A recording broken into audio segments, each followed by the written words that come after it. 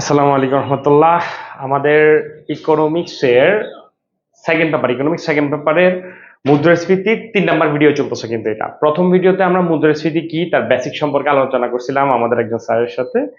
তারপর হচ্ছে মুদ্রাস্ফীতির যে 2 নাম্বার ভিডিও দিয়েছিলাম, ওই ভিডিওর ভিতরে কিন্তু আমরা একটা চিত্র করছিলাম, যেটা হচ্ছে অবশ্যই অবশ্যই আমরা টিচাররা ধরে নিই যে আসেই ওই চিত্রটা থেকে। ঠিক আছে, 2টা চিত্র পড়ছিলাম, একটা হচ্ছে ব্যয় বৃদ্ধিজনিত মুদ্রাস্ফীতি আর একটা হচ্ছে চাহিদা বৃদ্ধিজনিত মুদ্রাস্ফীতি।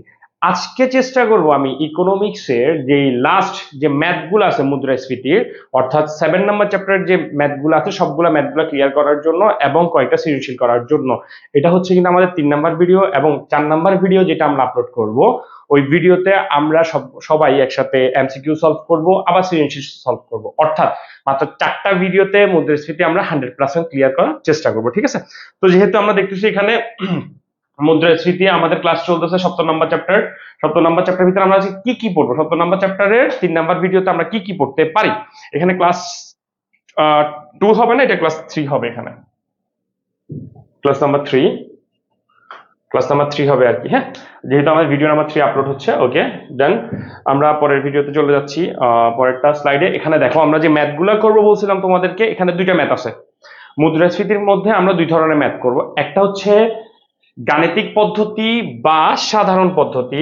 একটু লিখে রাখি আমরা, সাধারণ পদ্ধতি। তার মানে গাণিতিক পদ্ধতি সাধারণ পদ্ধতি একটা ম্যাথ, আর একটা হচ্ছে সূচক সংখ্যা পদ্ধতি। এই 2টা ম্যাথ আমরা আজকে ক্লিয়ার করবো। আমাদের ভিতরে খুবই সোজা ম্যাথ, যদি আমরা একটু মনোযোগ দিয়ে দেখতে পারি এই ম্যাথগুলো থেকে আমি 100% দিই আসবে। অর্থাৎ 2025 ব্যাচ যারা আছো তারা এখান থেকে কমপক্ষে 2টা সৃজনশীল পাবো। 2026 ব্যাচ থেকে তো অবশ্যই অবশ্যই আসবে। এটাও কারণ আমাদের সেকেন্ড পেপারের ভিতরে যদি ম্যাথমেটিক্যাল কোনো চ্যাপ্টার থাকে তার ভিতরে সবচেয়ে গুরুত্বপূর্ণ চ্যাপ্টারগুলোর ভিতরে এটি একটা পড়ে। তো আমি দেখি সাধারণ বা গাণিতিক পদ্ধতি কিভাবে করব, তার আগে আমরা কিছু থিওরিটিক্যাল জিনিস পড়ে দিই। মুদ্রাস্ফীতি পরিমাপ পদ্ধতি বলতে আসলে কি বোঝানো হচ্ছে, আমরা যে মুদ্রাস্ফীতি পরিমাপ করব এটা দ্বারা কি। আমি প্রথম ভিডিওতে তোমাদেরকে একটু পড়াই ফেলছিলাম যে মুদ্রাস্ফীতি বলতে আসলে কি বোঝায়, একটু রিভিউ করে দিই। দ্রব্য মূল্যের দাম বৃদ্ধি, লিখতেছি আমি এখানে দ্রব্য মূল্যের দাম বৃদ্ধি এবং অর্থের ক্রয় ক্ষমতা হ্রাস। অর্থের ক্রয় ক্ষমতা হ্রাস, এটাকে মূলত আমরা কি বলে থাকি, মুদ্রাস্ফীতি বলে থাকি। আর যদি মুদ্রাস্ফীতিকে আমরা একটু ডিসক্রাইব করি, এটা হচ্ছে স্ফীতি শব্দের অর্থ হচ্ছে বৃদ্ধি পাওয়া, অর্থাৎ মুদ্রার পরিমাণ বৃদ্ধি পাওয়া। এখন দেশের যে অবস্থা আমরা দেখতেছি সব জায়গায় পানি হচ্ছে, অর্থাৎ আমি পানির স্ফীতি কিন্তু বলতে পারি, পানির পরিমাণ প্রচুর পরিমাণ প্লাবিত হচ্ছে বিভিন্ন জায়গায়। এবার দেখি মুদ্রাস্ফীতি পরিমাপ পদ্ধতি বা মুদ্রাস্ফীতির হার কাকে বলে। দেখো একটা জিনিস চিন্তা করে দেখি, একটি সময়কাল থেকে, এখানে একটা কথা আছে একটি সময়কাল থেকে। কেন বলতেছি একটি সময়কাল থেকে, যখন আমরা 2020 সালে ছিলাম বা আরো আমাদের বাবা মারা বলতো যে দ্রব্যমূল্যের দাম কি ছিল, তখন কম ছিল, কিন্তু এখন বর্তমানে তার চেয়ে কি হচ্ছে, বাড়তি হচ্ছে। তার মানে তখন একটা সময়কাল ধরছি, এখন একটা সময়কাল কি করতেছে আমি বিবেচনা করতেছি। এই জন্য প্রথমে বলতেছে একটি সময়কাল থেকে অন্য একটি সময়কালে, কি বলতেছে, অন্য একটি সময়কালে কোন দাম সূচকের, অর্থাৎ দ্রব্যের দাম সূচকের বা দাম স্তরের যে পরিবর্তনটা হয় সেটা হবে শতাংশিক, অর্থাৎ পার্সেন্টেজ আকারে প্রকাশ করব। কি আকারে প্রকাশ করব, পার্সেন্টেজ আকারে। শতাংশিক বৃদ্ধিকে আমরা কি বলে থাকি, মুদ্রাস্ফীতির হার বলে থাকি। তাহলে ক্লিয়ার জিনিসটা, আবার বলতেছি একটা সময়কাল থেকে অন্য একটা সময়কালের মধ্যে যখন দাম সূচক অর্থাৎ দ্রব্যের দাম সূচকের শতাংশিক পরিবর্তন হয়, শতাংশিক পরিবর্তন হয়, তাকে আমরা কি বলে থাকি, মুদ্রাস্ফীতির হার বলে থাকি। এখন আমরা মুদ্রাস্ফীতির হারের যে সময়কালটা, সেই সময়কাল বলতে কি বুঝি, ইকোনমিক্সে মুদ্রাস্ফীতি সময়কাল বলতে কি বোঝানো হচ্ছে, এখানে একটু দেখো পয়েন্ট টু পয়েন্ট। এখানে পয়েন্ট টু পয়েন্ট বলতে আসলে মাসকে বোঝানো হচ্ছে। প্রতি 3 মাস পর পর, কয় মাস পর পর, 3 মাস পর পর মুদ্রাস্ফীতির হার বা হিসাব কি করা হয়, নির্ণয় করা হয়। তাহলে এতটুকু পর্যন্ত আমাদের ছিল মুদ্রাস্ফীতি পরিমাপ পদ্ধতিগুলোর ভিতরে আমরা কাকে বলে পড়লাম, পয়েন্ট টু পয়েন্ট হিসাবটা আমরা বুঝে নিলাম। এরপরে কি আছে আমরা একটু দেখি, পরের স্লাইডে আমরা চলে যাই। দেখলাম যে পরের সেটা আমাদের ওই ম্যাথ, আমাদের এখন শুরু হবে ম্যাথ। প্রথম পদ্ধতি সাধারণ বা গাণিতিক পদ্ধতি, আমি কিছুক্ষণ আগে লিখে ফেলছিলাম সাধারণ বা গাণিতিক পদ্ধতি। তাহলে উপরের লাইনটা আমরা পড়বো একটু পরে, উপরের লাইনটা একটু পরে পড়বো, আগে আমরা এখানে একটা কাজটা একটু করে দেখি আসলে এখানে কি বোঝানো যাইতেছে। তারা সাধারণ বা গাণিতিক পদ্ধতিতে মূলত করা হয় একটা দ্রব্যের দাম, আবার বলতেছি একটি দ্রব্যের দাম নিয়ে কাজ করা হয়। আগে একটা ধরো আমরা আইসক্রিমের প্যাকেট ছিল 10 টাকা, এখন হয়ে গেছে 20 টাকা। ঠিক আছে, এটাকে আমরা কি বলবো, সাধারণ বা গাণিতিক পদ্ধতি। তখন আমরা জিজ্ঞেস করব যে একটা প্রোডাক্টের দাম যখন বৃদ্ধি পাবে এখানে কত পার্সেন্ট বৃদ্ধি পাইছে, একটি পণ্যের দাম নিয়ে আমরা কি করব, সাধারণ বা গাণিতিক পদ্ধতিতে মুদ্রাস্ফীতি নির্ণয় করব। কিভাবে নির্ণয় করতেছে আমি একটা প্র্যাকটিক্যাল আগে তোমাদেরকে এখানে একটু দেখাই দিই। এখানে যেটা দেওয়া আছে ওইটা আমি বলতেছি। ধরলাম একটি প্রোডাক্টের দাম 10 টাকা চলতেছে। কত টাকা চলতেছে? 10 টাকা। পরবর্তীতে কিছু সময় পর তার ভ্যালু হয়ে গেছে কত, অর্থাৎ তার দাম বৃদ্ধি পাইছে 15 টাকা করে। এখন মুদ্রাস্ফীতি যখন নির্ণয় করতে যাব গাণিতিক পদ্ধতি, তার প্রধান সূত্র হচ্ছে ভ্যালু অফ মানি নির্ণয় করা, VM 1 divided by P, 1 divide by কি, পি সূত্র অনুসারে। তো আমি দেখি ভ্যালু অফ মানি সূত্র অনুসারে এই সাধারণ বা গাণিতিক পদ্ধতি কিভাবে ব্যবহার করে থাকে ভিএম পদ্ধতিতে 1 divide by P, 1 divide by P হয় আমার দাম ছিল কত টাকা, এখানের ভিতরে দেখলাম প্রথমে প্রাইস, পি মানে হচ্ছে প্রাইস, এখানে 10 আর উপরে তো 1 ছিল, অর্থাৎ এখানে আসে কত আমার, দেখো তো এটা 0.10। যখন 10 টাকা হয় তার ভ্যালু কত আসে 0.10। আর যখন 15 হয়, দামটা যখন বৃদ্ধি পেয়ে 15 হয়, তার ভ্যালু অফ মানি কত দাঁড়ায় 0.06, 0.06। তাহলে এখানে আমি একটা জিনিস দেখো, এটা হচ্ছে দাম স্তর, আমি একটু লিখে রাখছি এখানে, একটা হচ্ছে দাম স্তর, একটা হচ্ছে মূল্য স্তর, অর্থাৎ ভ্যালু অফ মানি বের করছে ভিএম স্তর।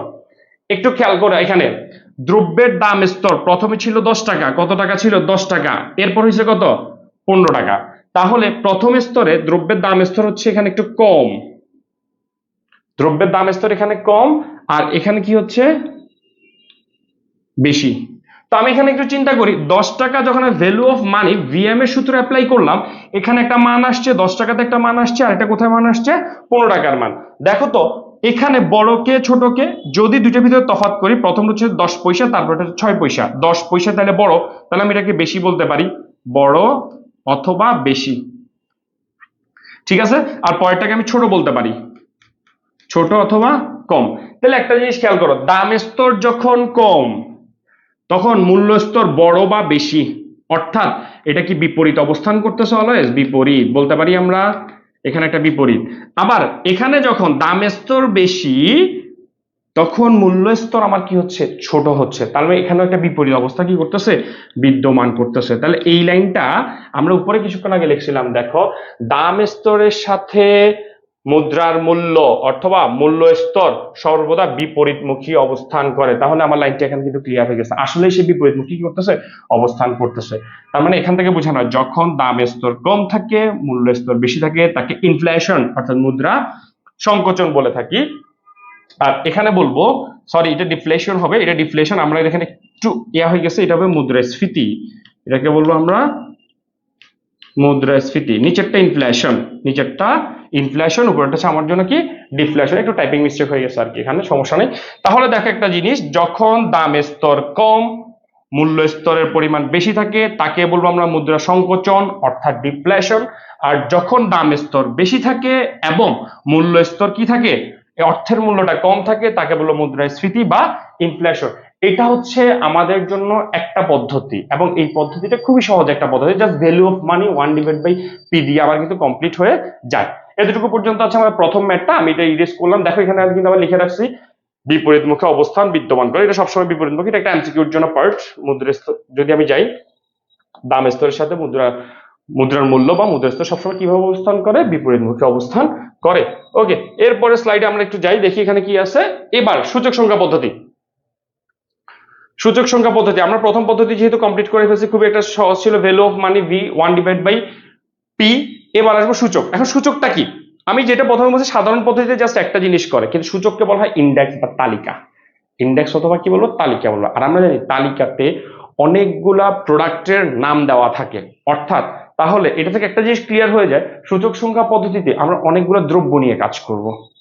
তাহলে এখান থেকে আমাদের এটা ক্লিয়ার তো হয়ে গেছে, সাধারণ পদ্ধতি বা গাণিতিক পদ্ধতিতে একটা দ্রব্য আর সূচক সংখ্যা পদ্ধতিতে অনেকগুলো দ্রব্য তালিকা আকারে থাকবে। এখন আমি দেখি আগে সূচক সংখ্যা পদ্ধতি কি বা কাকে বলে। দেখি ম্যাথে যাওয়ার আগে আমি থিওরিটা ক্লিয়ার করে ফেলি। কোন নির্দিষ্ট বছরে, দেখো কোন নির্দিষ্ট বছরে গড়পড়তা দাম, গড়পড়তা দামকে কি বলা হয়, এখানে দাম স্তর বলা হচ্ছে। দাম স্তর আর দামের ভিতরে কিন্তু পার্থক্য আছে বলছিলাম।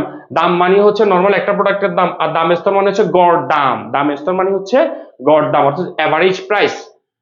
তাহলে গড়পড়তা দাম এখানে কি হচ্ছে, কোনো একটি নির্দিষ্ট বছরে গড়পড়তা মূল্যকে অর্থাৎ এভারেজ দাম মূল্যকে অন্য একটি ভিত্তি বছর, আমি অন্য একটা বছরে চলে যাব, তার কি হবে, গড়পড়তা দাম নিয়ে কাজ করব।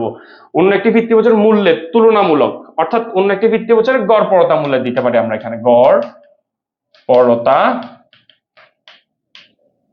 মূল্যের তুলনামূলক শতাংশিক রূপ আকারে প্রকাশ করাকে, অর্থাৎ একটা বছরের যখন গড়পড়তা দামের সাথে অন্য একটা বছরের গড়পড়তা দামের একটা কি করবো, তুলনা করব, তাকে যখন আমি শতাংশ বা পার্সেন্টেজ আকারে প্রকাশ করব, তা সেটাকে আমরা কি বলতে পারি, সূচক সংখ্যা পদ্ধতি বলতে পারি। দেখো, শতাংশিকে প্রকাশ করা হয় সেই সংখ্যাবাচক পদ্ধতি ব্যবহার করা হয়, যে সংখ্যাবাচক পদ্ধতি ব্যবহার করা হয়, অর্থাৎ এটা দ্বারা বোঝানো হচ্ছে এই তালিকা আকারে যেটা বলতেছে, ওখানে সবগুলো নাম্বার থাকবে, ওগুলাকে প্রকাশ করব, ওই প্রকাশ করা পদ্ধতিকে আমরা সূচক সংখ্যা পদ্ধতি বা ইন্ডেক্স বলবো। আর ইন্ডেক্স মানে কিন্তু আমরা সার্বিক অর্থ জানি তালিকা। ক্লিয়ার? তাহলে কিছুক্ষণ আগে যেটা বলছি, আরেকটা এখানে দেখো আমরা অধ্যাপক ব্লেয়ার কি বলছে আমাদেরকে। সূচক সংখ্যা পদ্ধতি হলো একটি বিশেষ বৈশিষ্ট্যপূর্ণ গড়, খুব খুব খুব ইম্পর্টেন্ট একটা লাইন। সূচক সংখ্যা পদ্ধতি হলো একটা বিশেষ বৈশিষ্ট্যপূর্ণ গড়, এটা মুখস্থ করে ফেল, ঠোঁটস্থ মুখস্থ কণ্ঠস্থ করে ফেলবে সবাই। তার মানে অধ্যাপক ব্লেয়ার কি বলছে, সূচক সংখ্যা পদ্ধতি একটি বৈশিষ্ট্যপূর্ণ গড়। ওকে, ক্লিয়ার? এতটুকু পর্যন্ত আমাদের এই হচ্ছে আমাদের থিওরি। তাহলে সূচক সংখ্যা পদ্ধতি কি, একটা বছরের সাথে আরেকটা বছরের গড়পড়তা দামের কি করব, তুলনা করব, এবং সংখ্যাবাচক তুলনা হবে এবং সেটা শতাংশিক রূপে হবে। ঠিক আছে, তাকে আমরা কি বলে থাকি, সূচক সংখ্যা পদ্ধতি বলে থাকি। তাহলে এটা হচ্ছে আমার থিওরিটিক্যাল পার্ট। এরপর আমি দেখি থিওরিটিক্যাল পার্টের পরে আমাদের কি আসতেছে, সূচক সংখ্যা মূল্য নির্ণয়ের পদ্ধতি। সূচক সংখ্যা কয়টা পদ্ধতিতে নির্ণয় করা যায়? সূচক সংখ্যা পদ্ধতি আমরা কিন্তু সাধারণ একটা পদ্ধতি শিখলাম, কিন্তু সূচক সংখ্যা পদ্ধতিতে তিনটা পদ্ধতি। একটু দেখি আমরা এখানে কি কি আছে। ভোক্তার দাম সূচক, প্রথমটা হচ্ছে কার জন্য, ভোক্তার দাম সূচক, যাকে বলা হয় সিপিআই, কনজিউমার প্রাইস ইন্ডেক্স। উৎপাদকের, এটা হবে উৎপাদক, উৎপাদক হবে এটা, উৎপাদকের দাম সূচক PPI, the producer price index. এরপর হচ্ছে উৎপাদনের অবমূল্যায়ন সূচক, এটাকে আবার জিএনপি ডিফ্লেটর, একটু মনে রাখতে হবে, জিএনপি ডিফ্লেটর বা শেষ। তবে একটা জিনিস পদ্ধতি বলে দিই, আমাদের ইন্টারে কিন্তু এই দুইটা লাগে না, এই একটা দিলে আমাদের কি হয়ে যায়, কমপ্লিট হয়ে যায়। তাহলে ভোক্তার দাম সূচককে বলা হয় কনজিউমার প্রাইস ইন্ডেক্স, সিপিআই। উৎপাদক হবে উৎপাদক, উৎপাদকের দাম সূচককে বলা হয় দ্য প্রডিউসার প্রাইস ইন্ডেক্স, এবং লাস্টে হচ্ছে উৎপাদনের অবমূল্যায়ন সূচক, জিএনপি ডিফ্লেটর, গ্রস ন্যাশনাল প্রোডাকশন। এটা কিন্তু আমরা পড়ছিলাম আমাদের হচ্ছে ইকোনমিক্সের ফার্স্ট পেপারে এই পড়াটা আছে। এরপর এখানে একটা স্টার মার্ক দিয়ে রাখছে, আমি দেখি মুদ্রাস্ফীতি সর্বদা চূড়ান্ত পণ্য বা ভোগ্য পণ্য। এটা কি, এই লাইনটা কোথায় আসছে স্যার, কিভাবে আসছে? এই লাইনটা আমি এখন বলবো না, আমি এই লাইনটা একটু পরে আপনাদেরকে ব্যাখ্যা করে দিব, যখন আমি ম্যাথ করে দিয়ে যাবো এই লাইনটা আমি অবশ্যই আপনাদের ক্লিয়ার করে দিব। জাস্ট একটু পড়ে দেখেন, মুদ্রাস্ফীতি সর্বদা, মুদ্রাস্ফীতি সর্বদা পণ্য বা ভোগ্য পণ্যের উপর নির্ধারণ করা হয়। এটা কে বলছে, সিপিআই মডেল অনুসারে। তাহলে কোন মডেল অনুসারে এটা ব্যবহার করা হয়, ভোক্তার দাম সূচক অনুসারে সর্বদা চূড়ান্ত পণ্য বা ভোগ্য পণ্যের উপরে কি করা হয়, বিবেচনা বা নির্ধারণ করা হয়। এটা কি একটু পরে ক্লিয়ার করে দিচ্ছি ম্যাথটা যখন করতে যাব। তাহলে এতটুকু তো ক্লিয়ার হচ্ছে, আমাদের সূচক সংখ্যা পদ্ধতি হচ্ছে তিনটা প্রকার করব, একটা হচ্ছে সিপিআই পদ্ধতি, একটা হচ্ছে পিপিআই পদ্ধতি, আর একটা হচ্ছে জিএনপি ডিফ্লেটর, যার ভিতরে আমাদের লাগবে কোনটা, সিপিআই, বাকি দুটো আমাদের লাগতেছে না ইন্টারে। ওকে, এবার আমরা একটু যেয়ে দেখি কি আসছে এখানে। পূর্ণরূপগুলো আরো কিছু আছে, সূচক সংখ্যা পদ্ধতি পূর্ণরূপ আছে, এগুলো অবশ্যই অবশ্যই এমসিকিউর জন্য তোমরা একটু পড়ে নিবা। আমি একটু দেখাই এখানে কি আছে। ECI, employment cost index, employment cost index, কর্মসংস্থান ব্যয় সূচক, কর্মসংস্থান ব্যয় সূচক, এগুলো হচ্ছে আমাদের জন্য এমসিকিউর জন্য ইম্পর্টেন্ট। ফুল ফর্ম গুলো জিজ্ঞেস করতে পারে। ECI, employment cost index, IPP, international price program, IPP international price program, DCI, the digital currency index, the digital currency index. Index মানে কি, একটু আগে বলছিলাম তালিকা, তালিকা বা সূচক। ঠিক আছে, ম্যাথ। এবার এই ম্যাথে যাওয়ার আগে এই জিনিসটা আমি এখন বলতেছি না, জাস্ট একটু দেখে নে ম্যাথ বলতে কি বোঝানো হচ্ছে। ম্যাথের ভিতরে ইম্পর্টেন্ট হচ্ছে সিপিআই পদ্ধতি, অর্থাৎ ভোক্তার দাম সূচক পদ্ধতিতে ভিত্তি সর্বদা 100। এখন ভাই এটা কি, এটাও ক্লিয়ার করতেছি। দেখ, জাস্ট একটা ছোট্ট ক্লিপে কয়েক মিনিটের ভিতরে এই একটা কথা আরেকটা কথা বলছে, সিপিআই তে চূড়ান্ত পণ্য বা ভোগ্য পণ্য নিয়ে কাজ করে। এই দুইটা কথা আমি এখনো তুলে রাখছি, বুঝাচ্ছি না, এটা আমি পরের স্লাইড গুলোতে যখন ম্যাথ করতে যাব তখন আমি ক্লিয়ার করে দিব। এই চলে আসছে আমার কাছে সূচক সংখ্যা পদ্ধতি। এই সংখ্যা পদ্ধতিতে আমি কিভাবে ম্যাথ করবো একটু সবাইকে বলে দিচ্ছি। হ্যাঁ, এটা হচ্ছে আমার মেইন ম্যাথ, এটা আমাদের পরীক্ষা আসবে আসবে আসবে।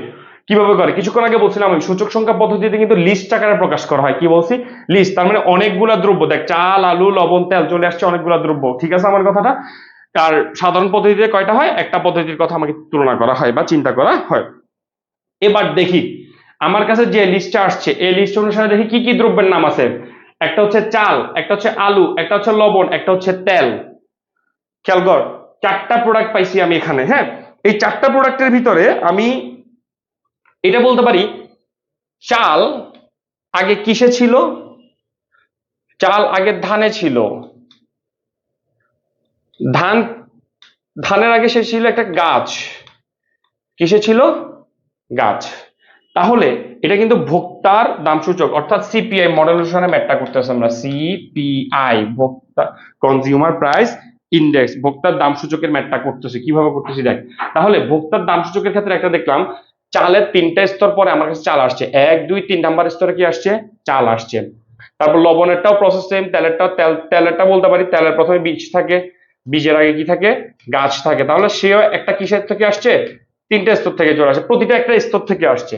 কিন্তু যখন আমরা সিপিআই মডেল করতে গেছি সবসময় লাস্টের স্তরটা নিছি, কারণ আমরা ধান খাইতে পারবো না, আমরা বীজ খাইতে পারবো না, তার এগুলো ভোগ্যপণ্য না। ভোগ্যপণ্য হচ্ছে চাল, ভোগ্যপণ্য হচ্ছে আমার জন্য তেল। ওই সিপিআই মডেল অনুসারে কিছুক্ষণ আগে বলছি আমি, ভোগ্যপণ্য নিয়ে কাজ করে। এবং চূড়ান্ত দ্রব্য দেখো সবার পরে সর্বশেষ প্রোডাক্ট, চাল সর্বশেষ চূড়ান্ত দ্রব্য। এখানে চূড়ান্ত দ্রব্য হচ্ছে এটা, এটা হচ্ছে আমার জন্য কি?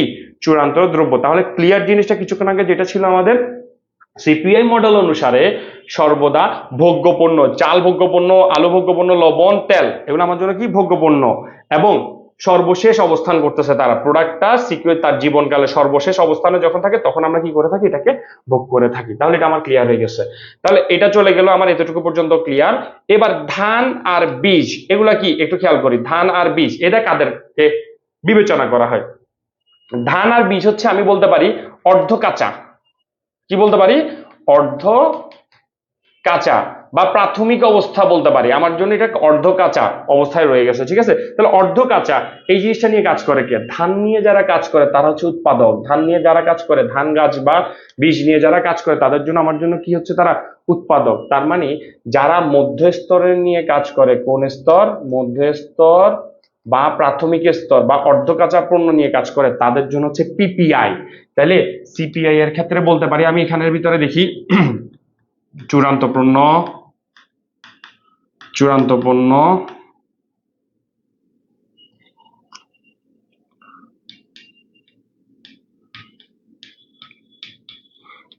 চূড়ান্ত পণ্য এবং ভোগ্য পণ্য। ক্লিয়ার? অথবা সর্বশেষ পণ্য বলতে পারি, সর্বশেষ বলতে পারি, সর্বশেষ প্রোডাক্ট যেটা আছে সেটা আমাদের জন্য লাগে। আর যদি পিপিআই এর ক্ষেত্রে যাই, ওই কিছুক্ষণ আগে বলে ফেলছি মধ্যস্তর, মধ্যস্তর অথবা অর্ধ কাঁচা, অর্ধ কাঁচা অবস্থায় কাদের লাগে? উৎপাদকের পিপিআই, প্রোডিউসার প্রাইস ইন্ডেক্স, উৎপাদকের দাম সূচক নিয়ে কাজ করে। এখানে আরেকটা এমসিকিউ লুকাই আছে, একটু বলতেছি। দেখো